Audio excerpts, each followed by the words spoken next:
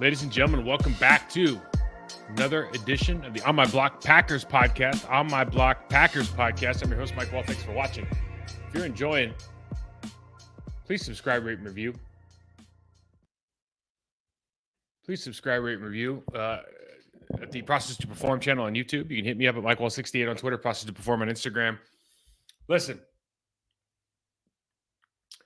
the Detroit Lions, we're doing the show early because the Packers are playing on Thanksgiving. I played a couple times Thanksgiving versus the Lions. It's a really, really fun game.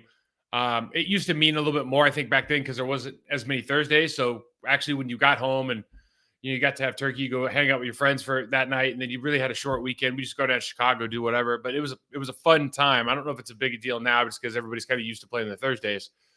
But listen, the NFL is going to keep pumping as many games as they can on this Thursday night, and then I guess we're having one on Black Friday. But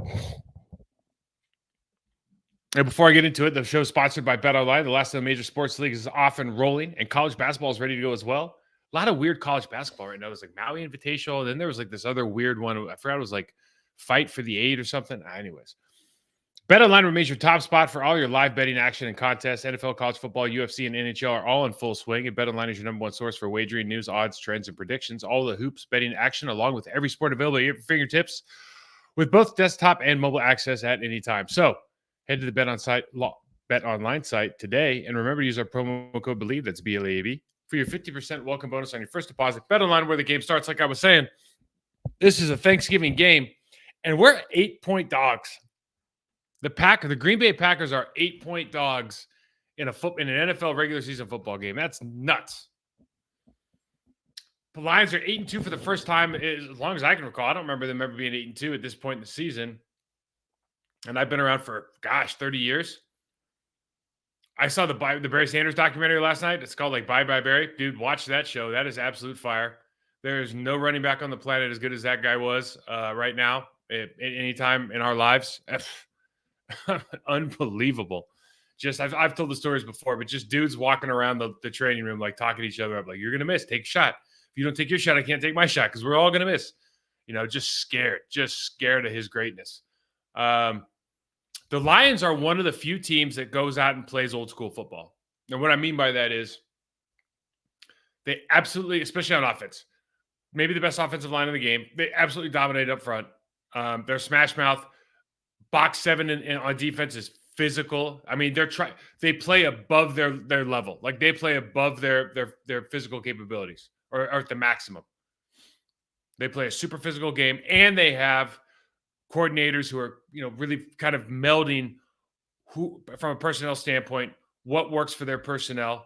So Ben Johnson's doing a great job. I think they're number 2 offense in the NFL. Like they got all the motion, they got everything you want.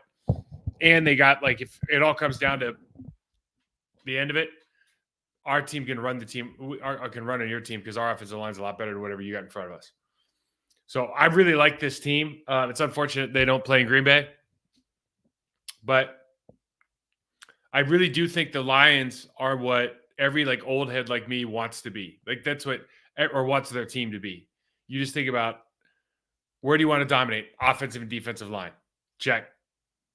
Box 7 on defense. Check. How do you want to play? In your face. Dominate the line of scrimmage. Attack the line of scrimmage on defense. Reset the line of scrimmage on offense. Check. Guy who can make decisions in the pocket. Get out of the pocket when he needs to. Change the throwing lane. Make it easy for the offense. Offensive line friendly. Quarterback friendly. Wide receiver friendly. Check, check, check. Man zone beaters every play. Check.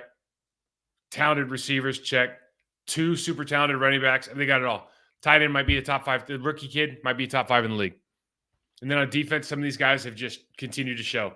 Aiden Hutchinson, we'll talk about everybody, but they're so much better on defense than they were. They're kind of middle of the road from a points production standpoint, but they're dropping almost 27 a game on offense. So you think about this team coming off that 31-26 victory over the Bears. It did expose some opportunities to take advantage of.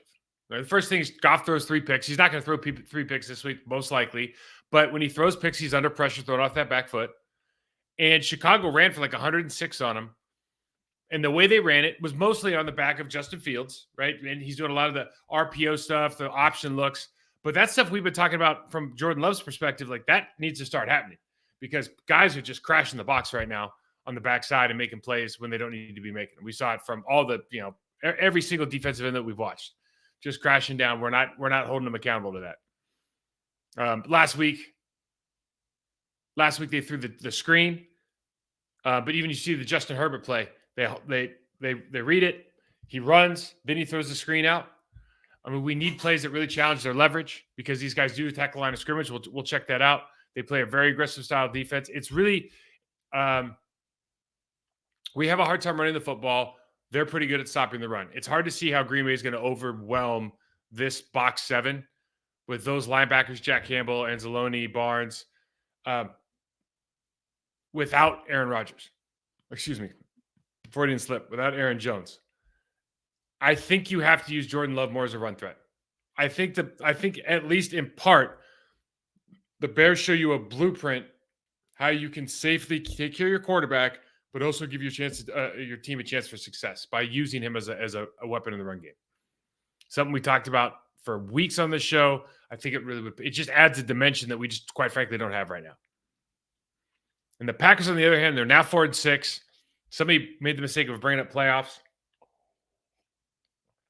to the head coach this week, but they get a big win versus the Chargers. They're coming into this game with a lot of problems. Aaron Jones is out. Like I just said, looks like Luke Musgrave is going to be out. So Tucker Kraft's going to be – Luke Musgrave got like a lacerated spleen, like falling on a football or something. I mean, you can't even make this stuff up. What a bad break. Kid's playing pretty high level too as far as just coming to his own from a receiving standpoint. And rookie kid going up against Sam Laporta is the best rookie tight end in the business right now. I honestly think he might be a top 5 all-around player, all-around tight end. Not receiving tight end, all-around tight end. We passed for 300 yards for the first time last week. You look at kind of why that happened, and I'm going to attribute a lot of that to kind of the run after catch from Dontavian Wicks, Jaden Reed. I thought they had big moments.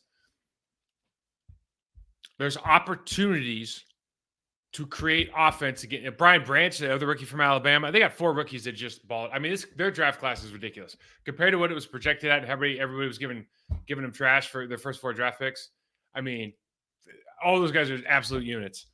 And Brian Branch is going to give you some chances. He's a real smart player, but their defense is going to give you chances, right? Like they play man, they play zone, they don't give up a high percentage of pass completion, but they do give up a little bit of yards. They'll give up some big plays. At least the big plays are there. You got to connect on them.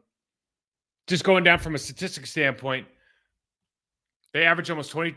They give up almost 23 points a game, 22nd in the league. They give up 313 yards, which is 9th in the league. Really good. They only give up 90 yards rushing, just a shade under. But they do give up 223 yards passing. So just looking at stats, watching the tape tells a story. You see on tape, there's opportunities. Safeties get beat. You opportunities for corner. Every once in a while, they'll get out of zone. They'll play man, or they'll match. You see opportunities in the flat versus some of their linebacker looks. When you get the back out, slide it in a bunch look, take them out, get leverage and take them out wide. So it all comes down to that box 7, though. Like talking about Aiden Hutchinson, he's the guy you're going to be maybe most recognizable on this defense. They just got a ton of dudes in there that are playing high level. Last time we talked about Brian Branch playing, he comes down on the ball. He can do a lot of stuff, and he had a big game. I think the game prior to us, but last time we played these guys, this kid 54, Aleem McNeil, he was a 2021 third-round draft pick, defensive tackle. He had 2 sacks on us. You watch this last game he played against the Bears. This kid is like just blowing people up, playing really, really high level, penetrating, running pass game. Could have got a couple holds called in his favor that would have shut down some of their big runs. He's got to be feeling good coming into the week. If he's reading the press clippings or, who should start at right guard, and blah, blah, blah, blah, blah. Like, I think these guys are probably feeling pretty good about their chances in that matchup right now. Aiden Hutchinson, of course, is a terror. I think Zach Tom is more than up for the task. He's played all the best. It seems like he's played all the best left defensive ends in the game right now. But Aiden's certainly one of those guys. He can flip the side and go over and play right defensive end against whoever it is, whether it's Josh or Rashid. So, right now I think those guys are playing with a lot of confidence, a lot of deserved confidence. And then you look at Anzalone, you look at Derek Barnes, you look at the rookie Jack Campbell. They're playing downhill physical brand of football. You saw more Jack, obviously, because the Bears are going to run a lot of stuff where it calls for base defense. And we might not do that, quite frankly, without Luke Musgrave in the package, because now we just have Tucker Kraft and you start going to, your third and fourth string guys. But they come downhill. They check your chin strap, man. They're gap fillers. They're gonna play downhill, aggressive style. The stuff like old heads, guys like me, love to see. They don't get beat on the backside very often, so they can come and be super aggressive on the front side, make that play in their line of scrimmage, and make the running back cut in the backfield. There are deep opportunities in this pass game. I want to show you a couple and how maybe we're going to start attacking. But again, this was a maligned defense last year, and now with their secondary getting a year older, the communication going into defensive coordinator Aaron Glenn's, I think third year now running this program, like they look pretty good. They look pretty good, and not just against, I guess the Bears. So the first thing is you got to find solutions in the running, and this is kind of what I'm talking about. And this is a one tape deal. We watched the tape of the Bears last week just beat the brakes off of the Chargers.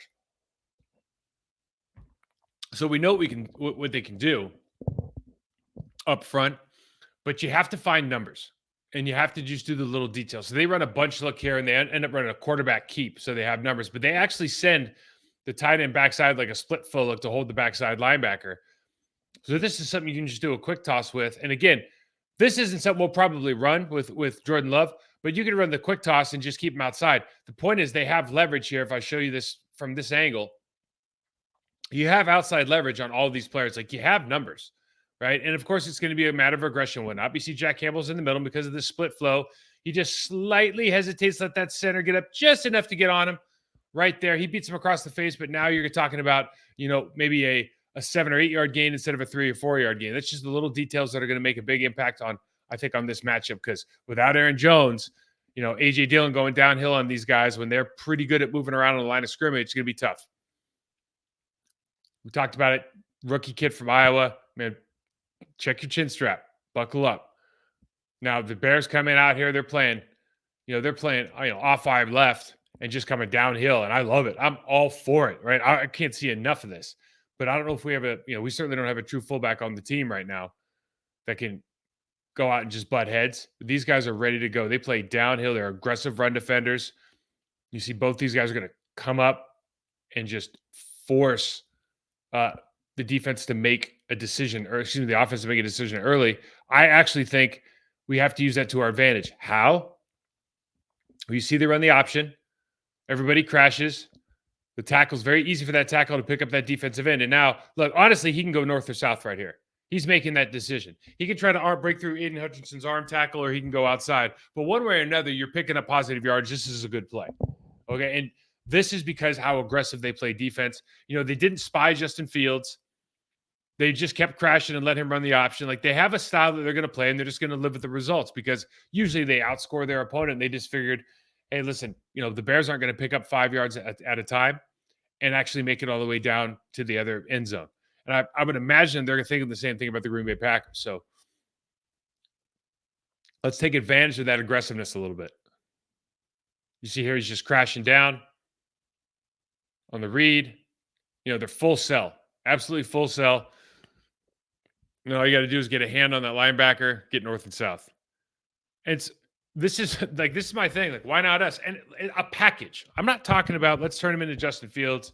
Let's act like he can't execute the offense the way they're running now. I'm just saying, how many times have we watched the backside defensive end against the Green Bay Packers chase down the play, and you're looking at it like, man, why are we not pulling that ball? And you just see this game, they got a lot of yards just pulling north and south, right? You can see up get another 5 there. You see how aggressive they are here, coming downhill. Both linebackers, they want to play on your line of scrimmage. They want to create single blocks. They feel real good about Aleem McNeil inside. They feel obviously really good about Hutchinson. I've always been a big fan of Charles Harris. I know he's been dumped down to the depth chart a little bit, but then, obviously John Kaminsky does a really good job for them as well. So they've got guys that can play. They're very comfortable in their ability to win on the 1v1 battles. It's just a question to get them off 1v1 blocks, excuse me. So what's the big thing here? We got a fullback, and this is an interesting scheme. I actually wanted to show this because this is an interesting scheme. They're going to ask the center to reach the 2-eye, and they're actually going to slip the defensive end. They're going to leave 55 for the fullback. Now, back in the day with this kind of play, you would never do that because you're worried about 2 things: penetration on that 2-eye, on that center, And then you're also worried about 55 getting in the backfield and blowing up that fullback before he can get ahead of steam. But the Bears, we're all kind of, I think guys are like experimenting with eye backs again with fullbacks. And they don't really, I don't know if they do everything as sound as possible, because if you look at this, you either want to fan or you want to keep it inside with the chip and go up to the middle 46, the middle linebacker. But right now you're putting the center in a tough spot. He ends up getting beat across his face. They make a great cut, and then Lee McNeil should have got a holding call here. But this is the kind of stuff. Backside, that kid from Tennessee, he gets the cutoff, he doesn't get the flag, and these where the holes are in situations you're going to be really aggressive on play side with those linebackers. I think we need to extend the pocket. I think you need different launch points. And I think one thing that, just watching this Bears tape again, a sample size of really two. We watched the Chargers the week before, but they just went shotgun. When you think about having some anxiety about their pass rush versus our offensive line, one thing that I thought the Bears did a great job of is whether it was a wide receiver or a tight end, they're going to keep a guy in on the key passes to make sure that Hutchinson's accounted for. Right. So they're going to usually this guy goes in the flat. You see him cut across split flow. You see him going in the flat right now. Well, they've created a situation where they can take the tight end, send him to the flat. They really want Hutchinson on the floor. They really want to take their shot. They think that he's just going to run up the field and make plays. So it gives you an opportunity now for Justin to get outside of the hash. Now I'm thinking about this in context to Jordan Love, and they're running the deep crosser with the go route up top. And as soon as that safety's deep enough, in a zone, we can just settle this down. He doesn't need to keep running across the field. He can stop right now. You don't need to run into the next zone. Just slow down. This is kind of what we're talking about as far as details matter. But you can just slow this down, sit down, not take a shot, and really easy throw and catch here. They end up completing this ball. He takes a shot at the end. Now, you don't even need to take that shot at the end. And this is the take the space idea, because these guys really do play hard on the run set. Like they're all about stopping the run, especially against the Bears. Fair enough. But they're going to get downhill and under center, play action pass. And now what happens? Barnes has to chase the crosser. And when he chases the crosser, I'll take it back so you can follow Barnes 55. He is of the circled. He is the one on the right. As soon as he figures out, mistake, he finds that crosser chase underneath, and all of a sudden Justin Fields is out the gate because they don't want to play spy against him. And again, all I'm saying is, we went through this phase of like, Kaepernick shows up. He's not even the first one. Like Mike Vick could do everything. They didn't run this kind of offense for him. But I feel like Kaepernick was the first like option guy who just blew up. And it was like, if it's not open, they're just going to run. And then it became like a thing. Oh, we don't want to hit the quarterback, and it takes away from how good he is throwing the ball. Blah blah blah. It's like, dude, it's such a weapon. So don't be Jordan Love. Like, don't be afraid to just cook it downfield for 15 if they're not going to spy you on these key passes, and the linebacker is going to turn his back and run for the deep crosser. Like, go ahead and take it. Well, I mean, we love it. We absolutely love it. You see the leverage that they have. 23, they're playing man now. They're playing a man match concept on the bottom, and 23 has to cover all the way across. They're running the exact same play to the other side. Okay, so instead of running zone now, they're running zone on the front side, but they're playing backside match. He comes all the way across, tries to make this play. And again, they're a lot of success, Justin Fields, on just extending the pocket, getting off the spot, and being able to flip your hips, make some throws, but really doing it free of that pass rush that we know is going to be coming.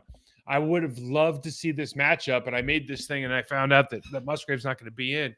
But you look at like the Iowa, Oregon State college tight end versus linebacker, one of the best receiving tight ends versus the award-winning linebacker from Iowa. And right now, I think this is Cole Kmet that's on him, and he just gets absolutely walked right now. I mean, it's all kinds of nonsense right there, right? No, they can't. He has a great recovery speed, but you see opportunities there. Tucker Kraft, man, he's one of those guys that maybe he doesn't have the shifty elusiveness, but certainly proved last week that he's got some good feet on him and does have some speed and does have some ability to separate. So whether it's him or we put somebody else there, like you got to start looking at some of these matchups when they go to base defense and going, I feel pretty good about getting that guy in space. And then is this the week? Is this the week that we connect on the deep pass? Now, they ran this twice. Once for a touchdown, once they didn't score. They got twins up top. And you see that receiver on the 26-yard line hash mark. He's got a cross face. I mean, because you're trying to create all this space for the outside player, right? You got to cross face and create all that space, and then they just got to make some throws. Very, very simple. And that's Jordan Love is going to have that opportunity. They're going to be in the right coverage. They're going to have the right play call, just like they did last week, whether it's early or late. And you got to be able to make the play. Now you see the exact same touchdown, same route up top. They run a crosser on the bottom. And what that does really is it drags that safety to the right hash, to the near hash for us, and leaves all that space up top for, I think that's DJ Moore. He just steps out, launches it, little separation. That's all you need. I mean, the game isn't that difficult, right? It's a simple game. We try to talk about schemes and whatnot. It's about guys executing what's on the call sheet as well as possible. What are the problems that lie for this defense? I want to talk about two. I could talk about four of them if I wanted. But first is this guy, man. Aiden Hutchinson is as advertised. Could have very easily been the number one pick in the draft last year. He is a phenomenal player. Just tons of energy. He's one of those guys at some point he's going to have like a 17 sack year, but he's going to be one of those guys where like you get out of the game and you're like, man, I just played a really hard, like that was a hard game to play. He's nonstop action. He's more of a traditional, like he's got Max Crosby's energy, but not that kind of movement. He's a different build. He's got maybe not as refined as like a TJ Watt. Like he's still developing into what he wants to be. Does have some very good passers. Does have a spin. Does have a cross chop. Does have a stab. Does have a bull. Really, really, really good player though. And he doesn't always get his guy. I don't know what his numbers are this year, but he's like every time you watch him, like man, you got to account for that guy. He's definitely a game plan guy right now for me. And I talked about Akeem McNeil. This guy is, ever since we played him, man, he's just absolutely, that's problems, right? That happens once to the guard early, and you're thinking about it the rest of the day. That happens once to the quarterback early, you might be thinking about that the rest of the day. And then you come back, rip inside, spin out. The quarterback's got to get rid of the ball, but hey, another sack for the kid. Just playing really well. Now, one thing you always got to think about, who the opponent is. You got to put context to everything you do. If you start citing me off some PFF numbers, oh, it was a PFF, I could care less because you got to have context. Why? Because these are the Bears, okay? And only the Bears will pull the center, the left guard, and the left tackle and leave the defensive tackle alone. Nobody does that because it's stupid, okay? Nobody does it because it's very, very dumb. Now, I think this is a cold commit. I want this taken out of the league. Everyone complains about safety. We're talking about how players aren't as good as they used to be and safety issues, and we're worried about the helmets. Look at this. Sorry. I mean, this is the sorriest looking block I've ever seen. Are you? He literally alligator rolls out of the way. I think I got one more here. It's a sad sight. Here's a lot of firsts this year. Yeah, this is I go back to this. I mean, we've seen a lot of firsts this year as far as we have some palms up plays this year. I've never seen this. You can't even even in high school, I'm trying to think. When you used to pull the entire backside of your line, including the center, and just leave the defensive tackle to go. I mean, what kind of communication do you have? Like who's wrong there? Someone's got to stay in a party, right? Is it the tackle? Is he supposed to cut him off? Is it the defense? Is it the guard? Is he supposed to block back? Is the center? I mean, so where's the communication there for the Bears? That is, I mean, it's like if you lost to that team now, and you're watching film, and you got like a surly old line coach. He's in the back, like smacking his gum or his like nicotine patch or whatever. We lost to a bunch of guys who pulled 3 on this effing play. You know what I mean? Unbelievable. Hey, there he is. Thanksgiving. Thankful we had that guy, man. Just real simple. Look how he butts up Aiden Hutchinson here. 1, 2, boom, punch and extend. Look at that. What a unit. God, so good. So good. So I know we got some offense to talk about too, but their defense has gotten a lot better, and it's fun to watch. Now the offense is the storyline, right? Oh, averaging almost 400 yards a game. I think they're second in the league to Miami. 27 points a game, sixth in the league, and they get 136 yards rushing. We saw what they did 2 weeks ago. It was, I mean, some of the best blocking that you'll see in the last decade. Quite frankly, this team executes up front as well as any team you've seen over the last 5-10 years. They have 3 first-rounders on the offensive line. They're absolutely mauling people in the run game. Double teams just go. If you slant, because we slant a lot, right? We like to move around. If you slant on this team, you are going to catch one. I'll have it all over tape. You slant, you're going to catch one. That Panay Sewell kid is figured everything out. He took the first year trying to figure it. Last year was better. This year, he's got it all figured out. And you get in his way and you're trying to slant and go sideways, he catches you. You got some serious problems. Old school football. They finished through the whistle. Hank Fraley is doing a phenomenal job as a line coach. And then you're combining that with Amon-Ra St. Brown, all the Reynolds, the kids outside, the 2 guys in the backfield, David Montgomery, and Jamar Gibbs. And then you got Ben Johnson, who is one of, if not the best young play caller to not be a head coach yet. I'm sure his time's coming whenever he wants it. But he's doing a phenomenal job putting these guys in positions to be successful. And then they got a bunch of ex-players coaching that can give them that intimate transfer of knowledge, that intimate detail that you can't just get everywhere else. And you can see the transfer of information and experience between like the coaching staff, the ex-player coaching staff, and their players. Talk about Hank Fraley. But you talk about Mark Brunell. Everybody talks about Ben calling plays, and that's great. Mark Brunell and the impact he's had on Jared Goff. Jared Goff is a throwaway because Sean McVay was basically like, he's not good enough to win with. Look at him now. Not that they've won a Super Bowl yet, but they didn't, his pre-snap decision-making, his processing speed, has allowed his talent to shine. And I would be remiss if I didn't say Mark Brunell's got to have a huge part in that of that puzzle of how they solve that, because he is definitely remarkably improved from what he was when he left the Rams. Dave Montgomery being back, he's been out for a couple of games. Jamar Gibbs Jamar Gibbs ran all over us. He's amazing. But David Montgomery came from the Bears. As everybody remembers, he was a beast on the Bears. He's still the same guy. Had a big game last week. And I said this before, Sam Laporta might be a top 5 all-purpose tight end in the league as a rookie. This kid he's got 50 catches, 492 yards, 4 touch. He can block. They use him in the blocking game. Like they're not split flowing him. They're not patty caking him. They're not, dude, he is getting it, putting your hand in the dirt, block. They do not care. He showed it on tape last year. I told you coming out, he has the best technical blocking ability of any tight end in the draft. And they have just taken that, improved it, refined it, and moving. And he plays high level football. They trust him. Let's watch them. Let's watch the offense here.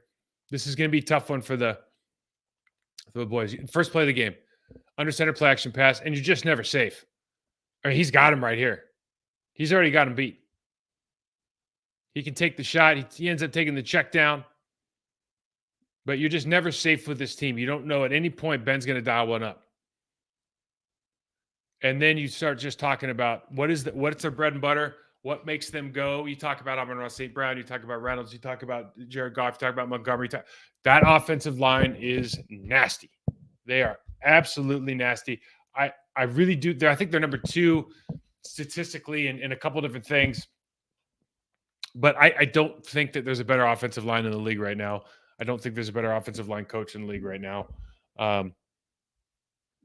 They're doing some things that are special. I mean, just always get knocked off the ball. There's always a running lane. You fall forward for 6. You just fall forward for 6. You see the left guard, left tackle there. I mean, it's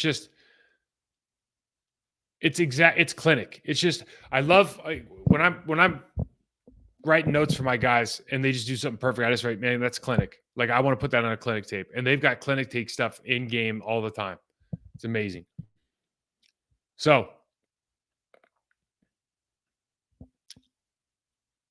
they're going to bring the backer here.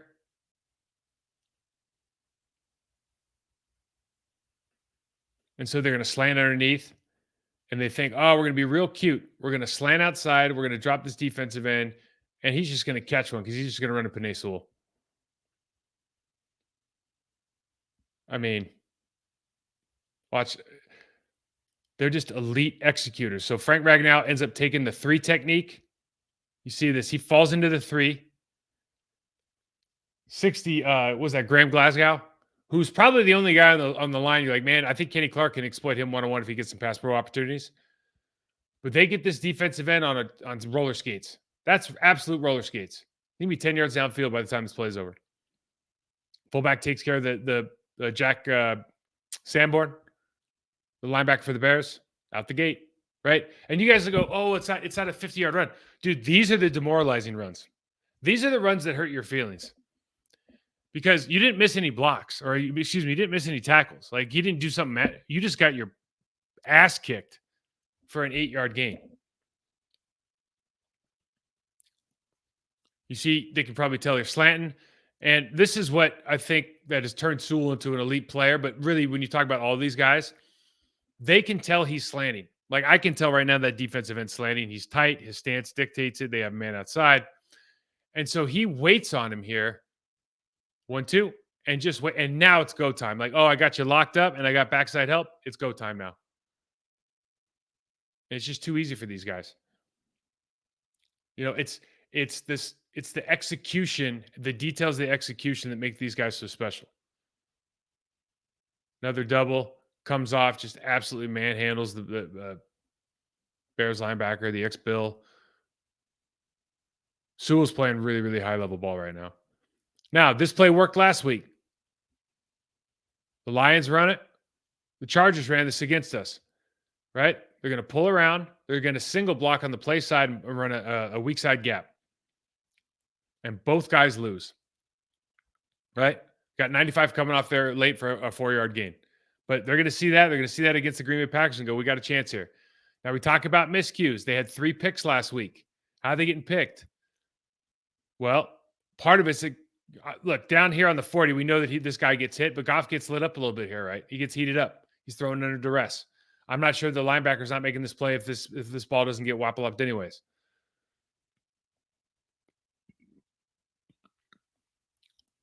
You see Sewell's got to come back in.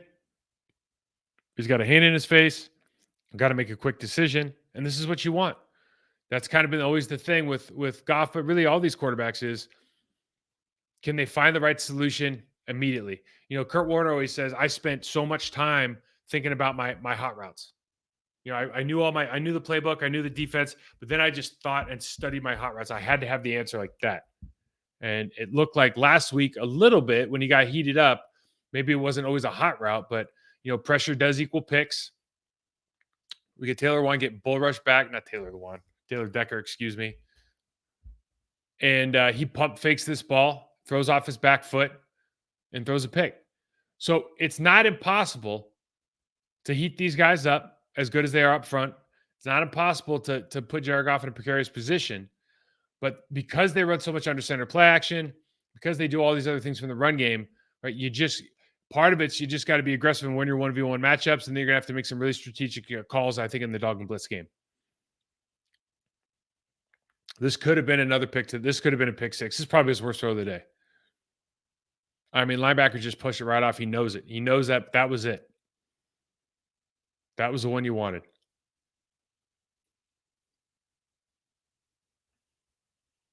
Now, this is what they do so well. They identify the coverage, and they just have people in place. The guy on the hash is running on the hash to hold the defender on the 33. They know the deep third defender is going to play 5 yards off. He's going to keep backpedaling. He's not going to let him close the cushion. And they know the flat defender is going to stick to the flat player, the arrow route on the 24-yard line. So what do? They run the same thing the Green Bay Packers run, but they're running it just a little bit deeper. So they're running this at 12 instead of 8. Same concept. goes up to 12 instead of 8. Same concept here. Saw it earlier from the Bears. Now what happens? The slot receiver crosses the face of the safety. And so up top, they have all the room they want. Now they get a PI here. It's incomplete pass, but they get the flag. But the point is, there's a difference in execution between top teams, right? They're running the same concept against the team that just ran it against them in the same game. The difference being the slot receiver does his job. So now the outside receiver can really have a true 1v1. I think this kid's the next Kittle. He just doesn't blink when it comes to blocking. He's from Iowa, obviously. Super athletic. Has all those yards and all the numbers and all that stuff. But I just love what he's contributing in the running. I think in the running game, it changes their offense. And he's not perfect or anything. Oh, look at this. You want to talk about execution. This is the backside tackle. This is like, look, guys, listen. If you don't like watching O-line, this is like football porn for me. So we're going to watch a little bit of this. Backside tackle 68 catches up with Sanborn here.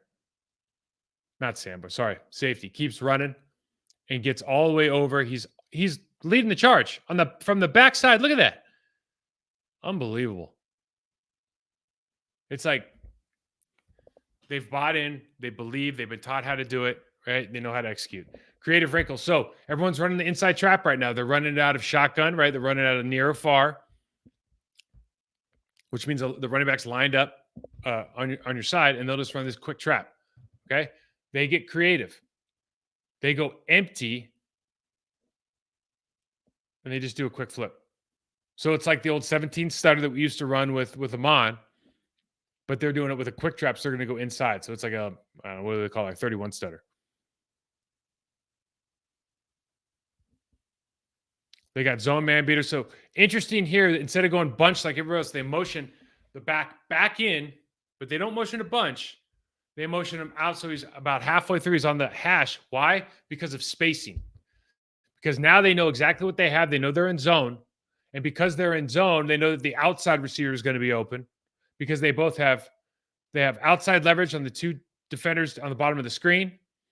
They know that the running back the flat defender is going to be most likely is going to end up being followed by the linebacker, step out. And then they know that safety is 15 yards deep. So what happens? Linebacker steps out just like they thought. They throw it right between the hashes. Easy 10-yard completion. Now, difference in screen game execution from last week. Last week, A.J. Dillon's in the screen game, and they want to exit in the A gap or B gap, and he runs right by the linebacker. Now, Gibbs bubbles out because the linebacker shows up 53 blitzes. And so this looks like it's timed perfectly when it's literally just the difference of how your running back gets to the party. He's like out, they throw it easy, and they only got one guy out. They don't really need anybody out to get the job done here. So good dial-up call. I don't know if they called that on the line of scrimmage. Well, he got folded right there, huh? You got to finish that block. Jesus. And this thing about the Lions versus the Lions of old. Got to have it place. Like they need one here. They got to put some points on the board. I think there's 4 minutes left in the game. They go twins up top. Trips up top, send the tight end to the flat. And what happens? They just got a great play call here where they can get the sail route at the 20 or the 17-yard line to hold the corner just for a sec. And we have leverage on the safety. And Goff was drafted first or second in the draft because he could throw dimes. Like arm strength was never an issue, right? So the guy's got a cannon. Let it rip. Go and catch. I mean, that's wide open in the National Football League.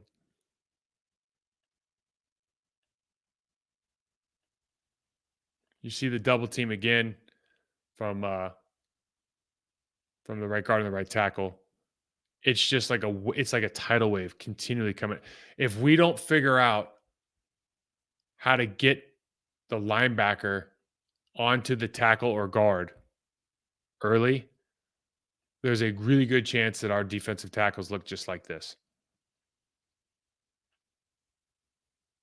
Sorry, that's center right guard. My apologies to Frank Ragnow.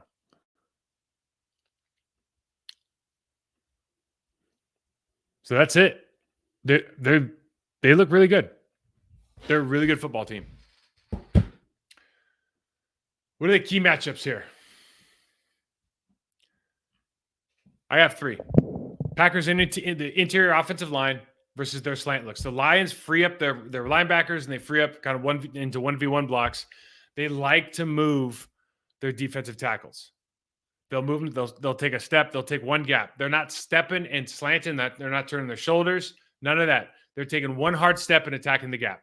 Okay, so if I'm playing a 2-eye, I'm taking one hard step going to the B gap. If I'm playing a tight 3 or 2, I'm taking one hard step going to the A gap. But they'll do that, and they'll do it they'll do some slant looks as well and bring people off the edge. But they'll do that to disrupt the timing of the double teams, to disrupt the footwork of the guard or tackle, and then obviously to be able to get that linebacker to fire downhill. And now you've got a defensive tackle player who has leverage one side or the other, and you're filling the gap with the linebacker. So they do a really good job with that. You have to be able to find it on film, see the stance, see the setup, anticipate it, and then communicate it with, center, left guard, left tackle, tight end. Everyone's got to be on the same page. So we have hopefully a call for that. So we're bringing everybody if we need to, or just to tell everybody, like, look, refine your footwork right now, because what you're about to see is some sort of slant motion where if you catch them, you're going horizontal, they're not as strong, we can push them back. Number 2, the Lions run game versus the Packers run D. Packers giving up 135 yards in the running game. They're getting, I think, 136 yards in the running game. So this is one of those, you think, even if you're average, that's not good enough for the Packers. That's 20th in the league, by the way. We're 135 yards, 20th in the league. It's terrible. Like I just showed you, they create huge vertical lanes in the running game. And I think the key to that is the ability to trigger early at the linebacker position. Like trigger early. As soon as you see that handoff, as soon as it looks like something, we got to go, because you got to be able to get that second player off the double team, and you got to be able to attack. The other thing you can do from a defensive tackle's perspective is, as soon as you feel that double, man, you attack the center or the guard or the tackle. You don't just sit there and try to take both on. Lock them out, sit down, and then you try to fall off on the play. But you cannot try to double team. You can't try to take on the double against these guys. They will blow you out of the water. And then the last matchup really is that Sam Laporta, the rookie, versus who's that going to be with our depleted secondary? What's that going to look like? And let's just say the broader receiving group that they have. I mean, right now they look relatively healthy. Just looking on their chart here, Josh Reynolds healthy, Jameson Williams healthy, Amon St. Brown, Taylor Decker, Antoine Green, Donovan Peoples, Khalif Raymond. Everybody's a go. So we've got a number of people that are potentially out. They look to be full strength. And, oh, by the way, they have both their running backs healthy and their offensive line is playing super high level. So it's a tough ask. That's gonna be a real difficult matchup, I think. Keys to victory, let's keep it simple. Turnovers. We just saw some pressure equal picks looks for Goff. Teams who have found success against Detroit make him throw off his back foot. I think we have to win the turnover battle. We might have to win it by 2 or 3. Because I just think inherently they're a much better offense than we are. We need to limit the explosive runs. As good as the offensive line's playing, they're creating holes that you can fall forward for 5, fall forward for 6. We saw that with the Chargers game a couple weeks ago. You got to make these guys work for everything, right? 30-yard chunks, 40-yard chunks. They speed up the game in a way that is very difficult to mentally keep up with. If you can get a couple 3 and outs or make them drive from the 20 to the 50 and earn those 30 yards and then punt it away, or earn 40 yards and punt it away, earn 50 yards and get a field goal, but don't give them that many opportunities to score points. If you can hold them to 8 possessions in this game, you're probably feeling pretty good. If they get 14 possessions, it's that's a big problem. Okay. So I would think about it that way. Limit those explosive plays. I think the number one thing that comes down to is can you tackle when you have to tackle, especially the Gibbs kid. He is really, really good. And then the third thing is Aaron Jones is out. I think we need to simplify a little bit, not change the playbook, except for I think you got to add something that makes Love a running threat, even if just by design, maybe you're not calling his number, but he's got to be a running threat. We got to take advantage of their aggressiveness, especially in the run game. And you see the keep passes and just trying to safeguard with Hutchinson on the edge. You see the option looks with the opportunity to actually run the football up the middle and get 10 yards and get 12 yards and get 4 or whatever it is. And then you see the actual true RPOs. And even with the Bears, you saw like some split flow that you just stopped kind of seeing for a while. With guys running down, you see a Cole Kmet doing his alligator roll. It's pathetic, but like you see those plays being effective. And what happens is they kind of go out of vogue. And you just don't watch in the last 4 weeks. You don't see that many teams running those plays as much. There's always these wrinkles now. It's like, don't forget, it was a wrinkle of that play. So we can go back and keep running the base stuff. Keep it simple, high levels of execution, short week. And, the most important thing is you go in as healthy as possible, feeling really good about your game plan and be able to let loose. And the only way you can let loose if it's like, we're not going to put in a bunch of new plays and you're going to try to learn on Tuesday and you're going to, travel on Wednesday and play on Thursday. So hopefully they put themselves in a position where they just feel really good about the small package that they have already. They're really studying how to win their individual matchups. And when you get out there on Thursday, you're going for the turducken or whatever they use now. John Madden had the turducken, which was phenomenal. Tasted pretty good, by the way. And that's it. There'll be a bunch of games. This will be one of them. I think this is one. This one's at noon. The Lions are by 8. This is a really hard. These guys are playing really high level. You look back at you look back at the 8-2 first of all. But here's what you never take into account of, and we saw this with Aaron maybe last year in Detroit. You never know what's going to happen in a division game. You saw it last week with Chicago. Like that game shouldn't be that close. They had to come back. They had to score 2 in the last 4 minutes. And these are the opportunities that this young Packers team, these young receivers, young tight ends, young quarterback, young offensive line to some extent, young players in the secondary that are filling in. These are the opportunities where literally the entire country is watching you. It's time to show out. It's going to be a raucous crowd there at Ford Field. It's going to be a lot of fun. I think Jack Harlow's playing at halftime. I'll be watching. Jack Harlow fan, full disclosure. And you don't get a lot of chances like this. So take advantage of the moment. Take advantage of the opportunity. And 8 points, guys. That's an absolute slap in the face. So everybody have a happy Thanksgiving. For those of you that have kind of faithfully watched this show, I really enjoy doing this show. I love keeping up with football. I love talking about it. I hope that it is informative. I know it's a different style than a lot of shows for sure. I should probably do a lot of other things better than I do this particular format. But this is what is kind of interesting to me, and I'm a little bit selfish that way. So I hope you're enjoying it. Please keep coming with the comments. Hit that like button, subscribe, rate, review us. If you want to see something, let me know. Always hit me with listener questions. I'll try to get to them. Have a great Thanksgiving. We're deep frying a turkey, smoking some ribs. Going to be amazing. Talk to you soon, guys.